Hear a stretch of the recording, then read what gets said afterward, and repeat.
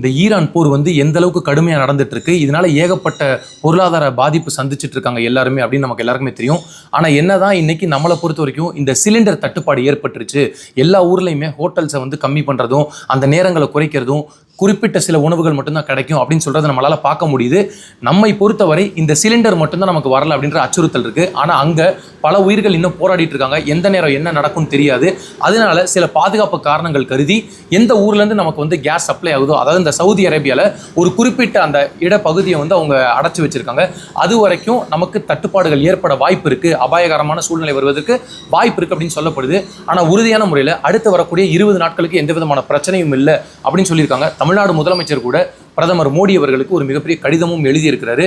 இது எல்லாத்துக்கும் எப்படிப்பட்ட ஒரு பிம்பம் உருவாகுதுன்னா, இதில் கூட ஒரு அரசியல் பண்ணுறாங்க. பார்த்தீங்களா, மோடியோட ஆட்சியில் சிலிண்டர் தட்டுப்பாடு ஏற்பட்டுருச்சு அப்படின்லாம் சொல்கிறாங்க. இந்த மாதிரி நேரங்களில் எப்படி கொரோனா அப்படின்றது ஒரு ஊரடங்கு காலத்தில் தவிர்க்க முடியாத கைகளை மீறி ஒரு சில விஷயங்கள் நடந்ததோ, அதே போல் இந்த சிலிண்டர் தட்டுப்பாடு கைகளை மீறி நடக்கிறது.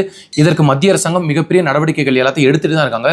நம்மை பொறுத்தவரை நமக்கு இருக்கக்கூடிய இந்த இந்திய நாட்டின் அடிப்படையில் சொல்லக்கூடிய ஒரு விஷயம் என்னென்னா, அந்தளவுக்கு மிகப்பெரிய தட்டுப்பாடு ஏற்பட்டு உணவு பஞ்சம் ஏற்பட்டுரும் அப்படின்ற அச்சம் யாருக்கும் வேண்டாம்.